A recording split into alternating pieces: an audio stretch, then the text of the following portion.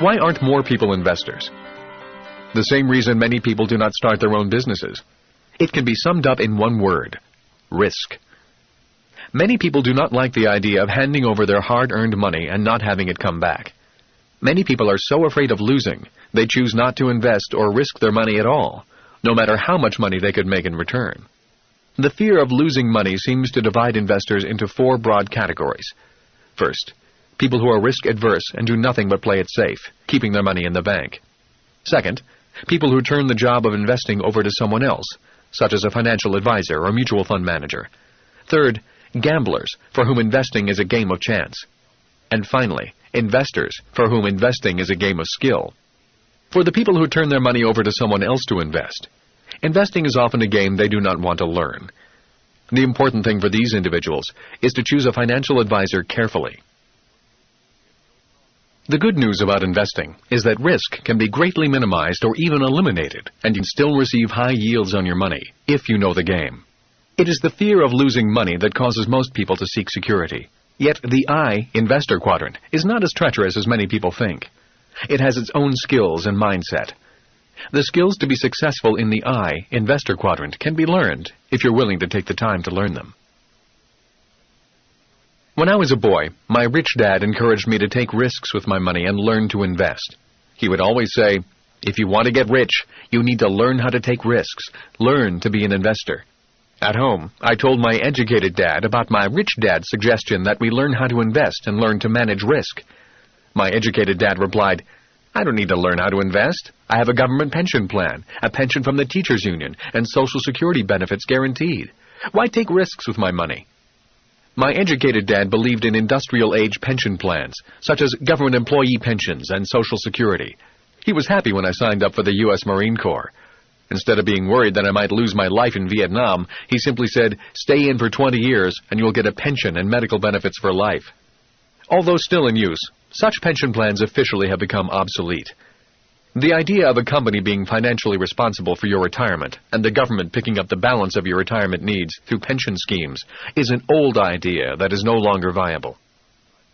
People need to become investors. As we move from defined benefit pension plans, or what I call industrial age retirement plans, to defined contribution pension plans, or information age pension plans, the result is that you as an individual must now be financially responsible for yourself. Many people who have spent their lives avoiding financial risks are now being forced to take them. A large majority of these people, the E's, employees, and S's, self-employed, are people who by nature are security-oriented. That is why they seek secure jobs or secure careers, or start small businesses they can control. They are migrating today because of the defined contribution retirement plans to the I, investor quadrant, where they hope they will find security for when their working years are over. Unfortunately, the I quadrant is not known for its security. The I quadrant is the quadrant of risk. Because so many people on the left side of the cash flow quadrant come looking for security, the stock market responds in kind. That is why people who seek security use diversification as an investment strategy for not losing. It is not an investment strategy for winning. Successful or rich investors do not diversify. They focus their efforts. Learn to manage risk.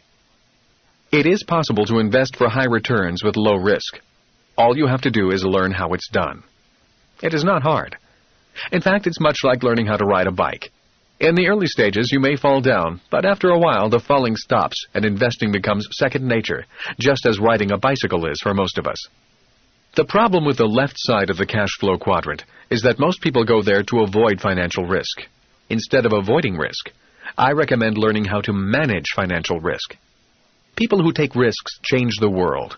Too many people have come to depend on government to eliminate the risks of life. The beginning of the information age is the end of big government as we know it. Big government has just become too expensive. Unfortunately, the millions of people around the world that have come to depend upon the idea of entitlements and pensions for life will be left behind financially. The information age means we all need to become more self-sufficient and begin to grow up. The times are changing. My concern in this program is for those individuals who want to make the move from the left side of the quadrant to the right side, but don't know where to start. Anyone can make the move with the right skills and determination. Why people choose security over freedom. The primary reason many people seek job security is because that is what they were taught to seek at home and at school. Because most of us learn little to nothing about money at home or at school, it is only natural that many of us cling even more tightly to the idea of job security instead of reaching for financial freedom. If you analyze the cash flow quadrant, you will notice that the left side is motivated by security and the right side is motivated by freedom. Trapped by debt. The main reason that 90% of the population is working on the left side is simply because that is the side they learn about in school. They then leave school and are soon deeply in debt, so deeply in debt that they must cling even tighter to a job or professional security just to pay the bills. If we track the life of average educated people, the financial script often goes like this. The child goes to school, graduates, finds a job, and soon has some money to spend. The young adult can now afford to rent an apartment, buy a TV set, new clothes, some furniture, and of course a car. And now the bills begin to come in. One day the adult meets someone special, sparks fly, they fall in love and get married. For a while, life is blissful because two can live as cheaply as one.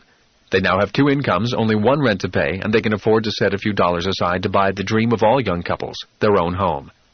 They find their dream home, pull the money from savings and use it for a down payment on the house, and now they have a mortgage. Because they have a new house, they need new furnishings, so they find a furniture store that advertises those magic words, no money down, easy monthly payments. Life is wonderful, and they throw a party to have all their friends over to see their new house, new car, new furniture, and new toys. They are now deeply in debt for the rest of their lives. Then the first child arrives.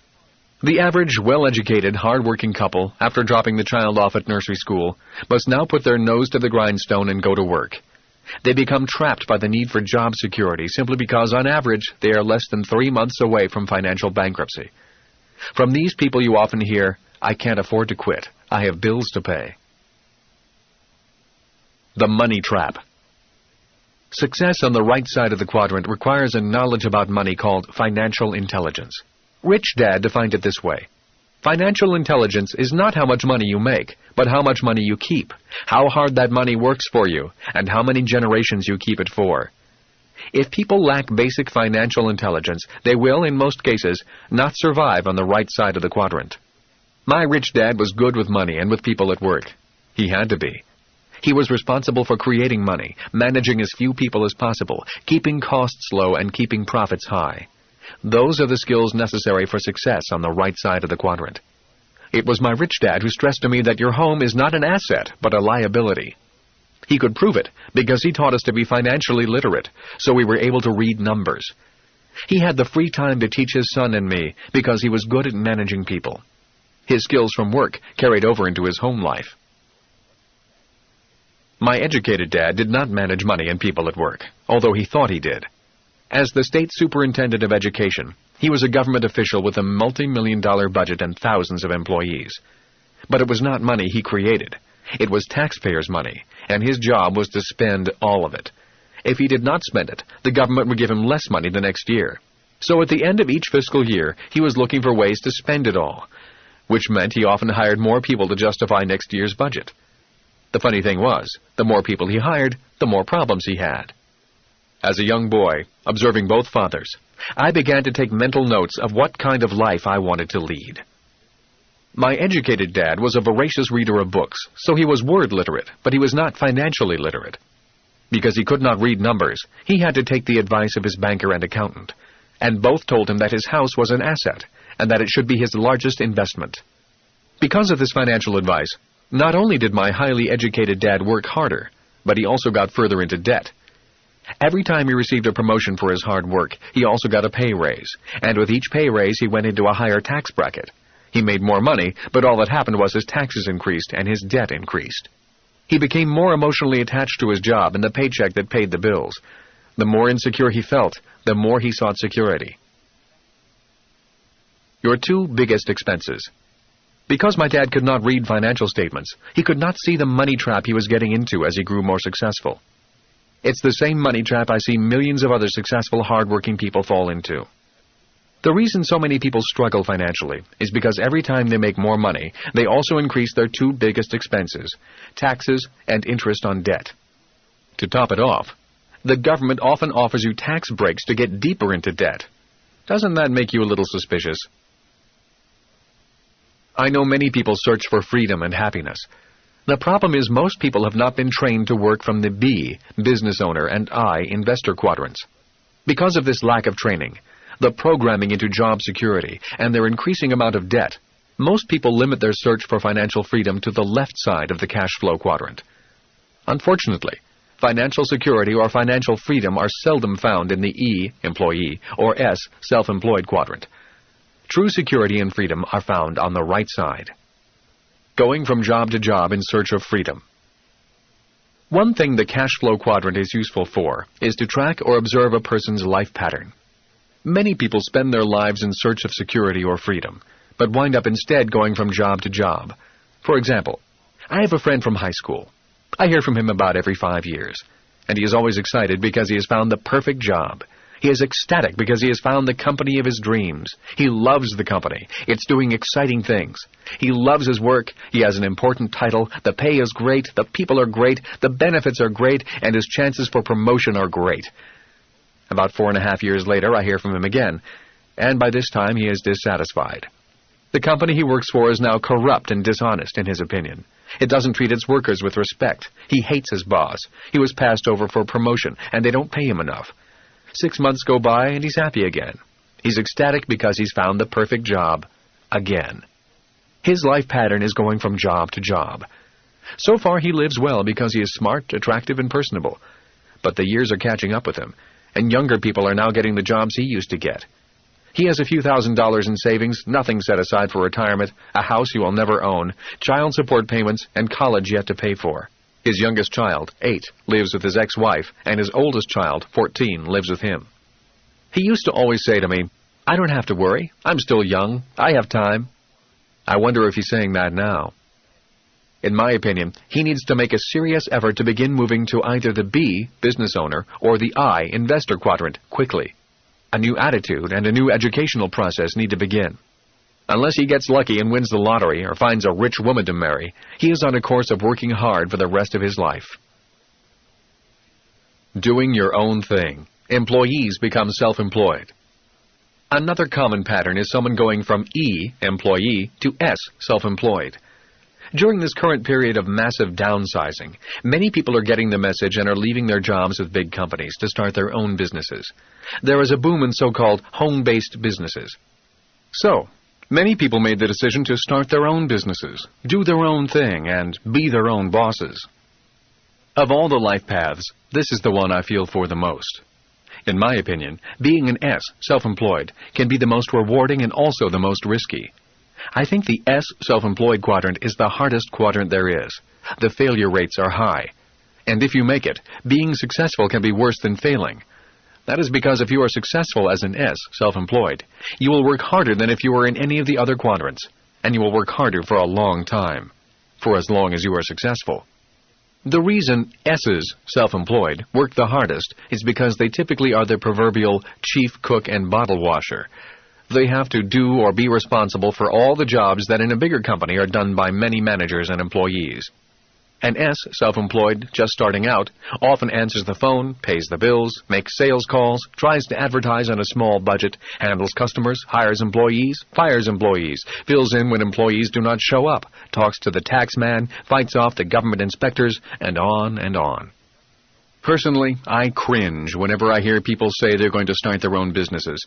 I wish them well, yet I feel great concern for them.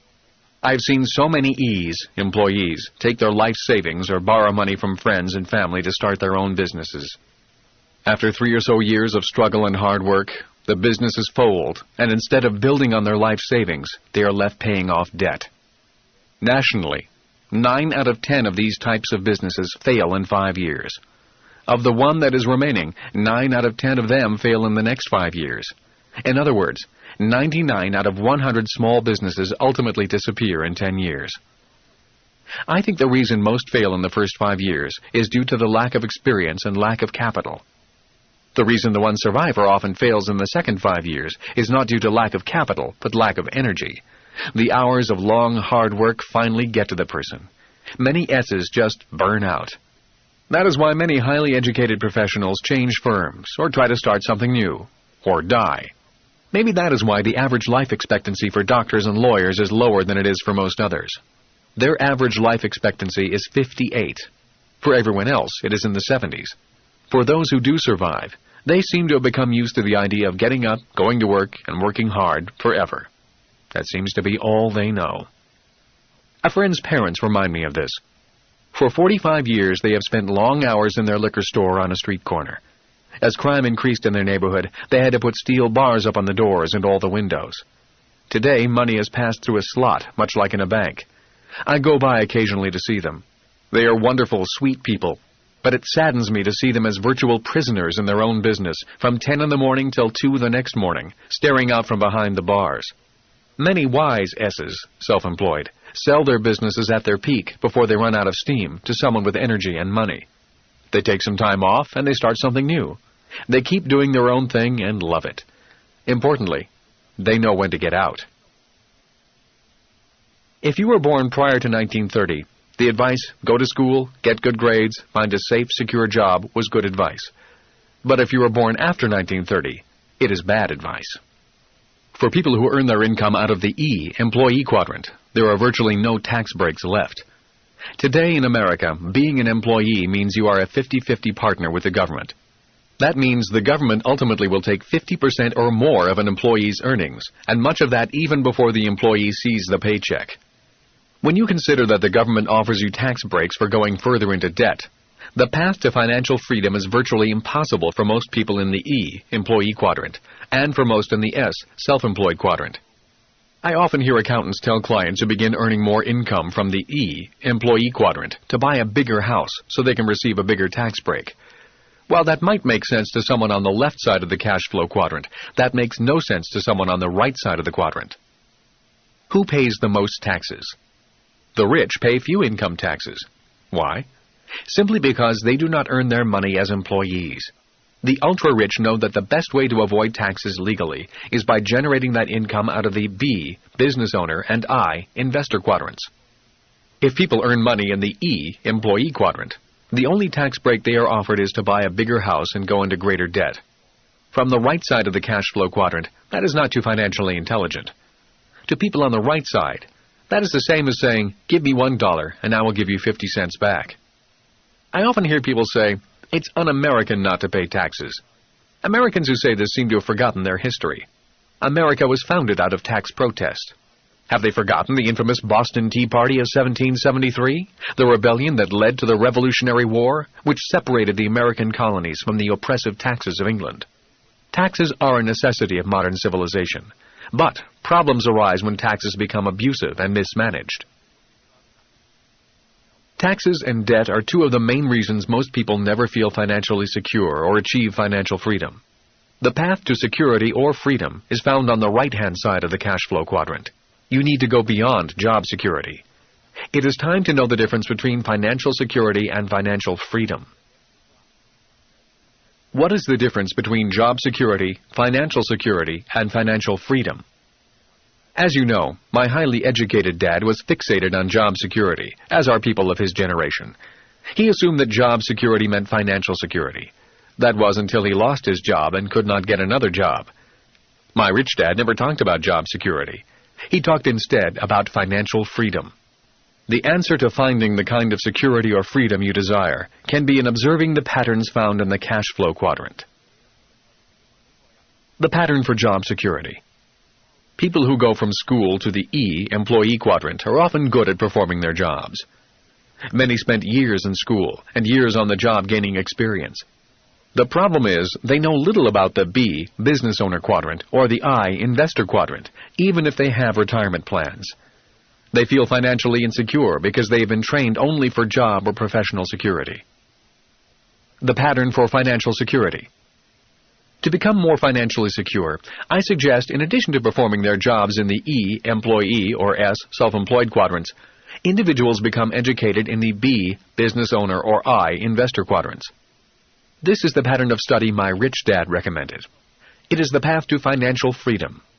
This is true financial freedom because in the B, business owner quadrant, people are working for you, and in the I, investor quadrant, your money is working for you. You are free to work or not to work. Your knowledge in these two quadrants has brought you complete physical freedom from work. If you look at the ultra-rich, their pattern in the quadrant typically reveals that they start as a B, business owner, and then they become an I, investor. This signifies the income pattern of Bill Gates of Microsoft, Warren Buffett of Berkshire Hathaway, and Ross Perot. A quick word of caution. The B, business owner quadrant, is much different from the I, investor quadrant. I've seen many successful Bs, business owners, sell their businesses for millions, and their newfound wealth goes to their heads. They tend to think that their dollars are a measure of their IQ, so they swagger on down to the I, investor quadrant, and lose it all. The game and rules are different in all of the quadrants, which is why I recommend education over ego. Just as in the case of financial security, having income generated from two quadrants gives you greater stability in the world of financial freedom. There are different financial paths people can choose. Unfortunately, most people choose the path of job security. When the economy starts wobbling, they often cling more desperately to job security. They wind up spending their lives there. At a minimum, I recommend becoming educated in financial security, which is feeling confident about your job and feeling confident about your ability to invest in good times and in bad times. A big secret is that true investors make more money in bad markets. They make their money because the non-investors are panicking and selling when they should be buying. That is why I'm not afraid of the possible coming economic changes, because change means wealth is being transferred. Your boss cannot make you rich. The economic changes currently happening are partly from the sales and mergers of companies. The reality is your boss's job is not to make you rich. Your boss's job is to make sure you get your paycheck. It is your job to become rich if you want to. And that job begins the moment you receive your paycheck. If you have poor money management skills, then all the money in the world cannot save you.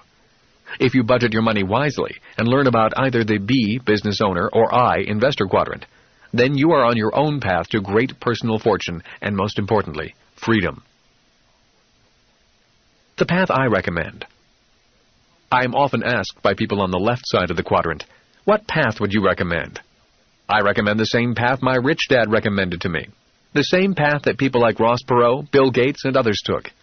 The path goes from E, employee, to B, business owner, and then to I, investor. Or from S, self-employed, to B, business owner, and again to I, investor. I occasionally receive this complaint, but I'd rather be an investor. To which I reply, then go to the I, investor quadrant. If you have plenty of money and lots of free time, go straight to the I, investor quadrant. But if you don't have an abundance of time and money, the path I recommend is safer. In most cases, people do not have an abundance of time or money, so they then ask another question. Why do you recommend the B, business owner quadrant first? There are two reasons. First, experience and education. If you are first successful as a B, business owner, you will have a better chance of developing into a powerful I, investor. If you first develop a solid business sense, you can become a better investor. You will be better able to identify other good Bs, business owners. True investors invest in successful Bs, business owners with stable business systems. It is risky to invest in an E, employee, or an S, self-employed, who does not know the difference between a system and a product, or who lacks excellent leadership skills. The second reason I recommend the B, business owner quadrant, is cash flow. If you have a business that is up and running, then you should have the free time and the cash flow to support the ups and downs of the I, investor quadrant. Many times I meet people from the ES quadrants who are so tight on cash they could not afford to take any kind of financial loss. One market swing and they are wiped out financially because they operate financially at red line. The reality is, investing is capital and knowledge intensive. Sometimes it takes lots of capital and time to gain that knowledge. Many successful investors have lost many times before winning. Successful people know that success is a poor teacher. Learning comes from making mistakes. And in the I, investor quadrant, mistakes cost money. If you lack both knowledge and capital, it's financial suicide to try to become an investor. By developing the skill of becoming a good B, business owner, first, you will also be providing the cash flow necessary to move on to becoming a good investor. The business you develop as a B, business owner, will provide the cash to support you as you gain the education to become a good investor. Once you have gained the education to become a successful investor, you will understand how I can say, it does not always take money to make money. The good news is technology has also made it easier to be successful in the B, business owner quadrant. Although it's not as easy as just getting a minimum wage job, the systems are in place now for more and more people to find financial success as B, business owners. The kinds of business systems. In moving to the B, business owner quadrant, remember that your goal is to own a system and have people work that system for you. You can develop the business system yourself, or you can look for a system to purchase. Think of the system as the bridge that will allow you to cross safely from the left side of the cash flow quadrant to the right side, your bridge to financial freedom. There are three main types of business systems commonly in use today. They are traditional C-type corporations, where you develop your own system, franchises, where you buy an existing system, and network marketing, where you buy into and become part of an existing system. Each has its strengths and weaknesses, yet each ultimately does the same thing. If operated properly, each system will provide a steady stream of income without much physical effort on the part of the owner, once it is up and running. The problem is getting it up and running. In 1985, when people asked, "Why were you homeless?" Kim and I simply said, "We were building a business system." It was a business system that was a hybrid of the traditional C-type corporation and a franchise. As stated before, the B, business owner quadrant, requires a knowledge of both systems and people. Our decision to develop our own system meant a lot of hard work. I had taken this route before, and my company had failed. Although it was successful for years, it suddenly went broke in its 5th year. When success came to us, we were not ready with an adequate system. The system began to break down, even though we had hard-working people. We felt like we were on a good-sized yacht that had sprung a leak, but we could not find the leak. All of us were trying to figure out where the leak was, but we could not bail water fast enough to find the leak and fix it. Even if we found it, we were not certain we could plug it. When I was in high school, my rich dad told his son and me that he had lost a company when he was in his 20s. That was the best and worst experience of my life, he said. As much as I hated it, I learned more by repairing it and eventually turning it into a huge success. Knowing that I was contemplating starting my own company, Rich Dad said to me, "You may lose 2 or 3 companies before you build a successful one that lasts." He was training Mike, his son, to take over his empire. Because my dad was a government employee, I was not going to inherit an empire. I had to build my own. Rich Dad always said, "We learn the most about ourselves when we fail, so don't be afraid of failing. Failing is part of the process of success. You cannot have success without failure." So unsuccessful people are people who never fail. Maybe it was a self-fulfilling prophecy, but in 1984, the company that went down was my 3rd company. I had made millions and had lost millions, and was starting all over again when I met Kim. The reason I know she did not marry for my money is because I did not have any money. When I told her what I was going to do, build company number 4, she did not back away. "I'll build it with you," was her reply, and she was true to her word. Along with another partner, we built a business system with 11 offices worldwide that generated income regardless of whether we worked. Building it from nothing to 11 offices took 5 years of blood, sweat, and tears, but it worked. Both dads were happy for me and sincerely congratulated me. They had both lost money in my previous experiments at starting companies. When my rich dad began teaching me about becoming a B, business owner, there was only one kind of business. That was big business, a major corporation that usually dominated the town. In our town in Hawaii, it was the sugar plantation that controlled virtually everything, including the other big businesses. As I started high school, we began to hear about a thing called franchises, but none had come to our little town. We had not heard about McDonald's or Kentucky Fried Chicken or Taco Bell. They were not a part of our vocabulary while I was studying with Rich Dad.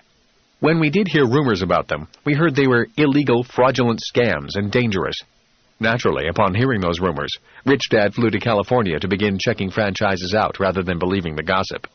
When he returned, all he said was, "Franchises are the wave of the future," and he bought the rights to 2 of them. His wealth skyrocketed as the idea of franchises caught on, and he began selling his rights to other people so they could have a chance at building their own businesses.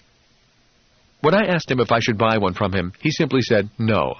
You've come this far in learning how to build your own business system. Don't stop now.